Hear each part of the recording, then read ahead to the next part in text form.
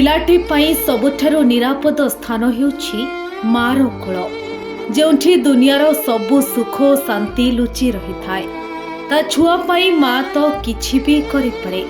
माँ ता पिला पाई मृत्यु के भी माने नाही। हारिबो कि जितिबो माँ जानि न थाए सत, किंतु हातरे शक्ति थिबा पर्यंत माँ लड़ेथिला।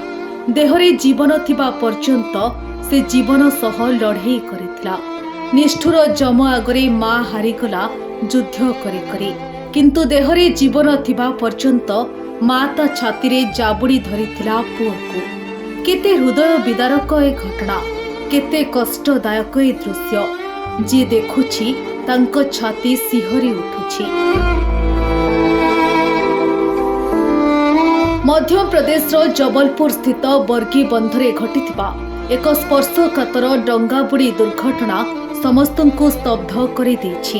बर्गी डैम रे एक क्रूज रे जेतेबेले 39 जन लोक बुलाबुली करी आनंद नेउथिले, सेतिकी बेले घटिथिला एही भयंकर दुर्घटना।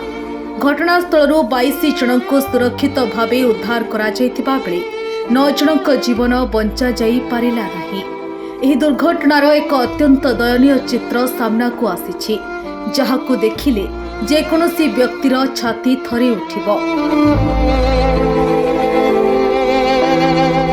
नदीरू अनेक शव मिलिथिबा बेले सेथिमध्यरु जणे महिलांक शव देखिबाकु मिलिछि, जहांक छातीरे तांको 3 वर्षर निष्पाप शिशुटी जाबुड़ी धरी रहिथिला।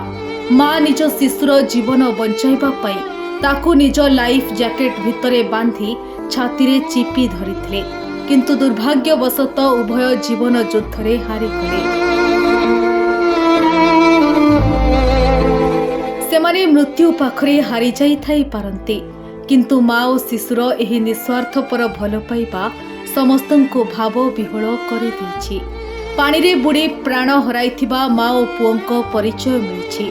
दिल्लीरू जबलपुर बुलिबाकू आसिथिबा एही परिवार रे बापा माँ एवं 2टी संतान थिले। दुर्घटना रे बापा एवं झियोंको सुरक्षित भावरे उद्धार करा जायछि, किंतु माँ एवं कुनी पुअर पानी रे बुड़ी मृत्यु होइछि। स्थानीय लोकंक मध्यरे एबे एहा एक चर्चार विषय पालटिछि जे सते जेमिति काल सेमानंकु दिल्लीरू जबलपुर पर्यंत टाणी आनिथिला।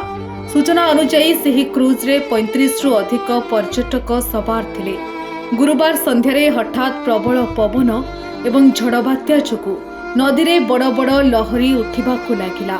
एहा फलरे क्रूजटी निजर संतुलन हराई पानी रे ओलटी बुड़ी गला। एही दुर्घटना एते हठात घटिला जे यात्री मानंकु संभाळिबाकू सुजोग मिलिला नाही एवं घटनास्थल रे आतंक खेलीगला। ब्यूरो रिपोर्ट सम्यक टीवी।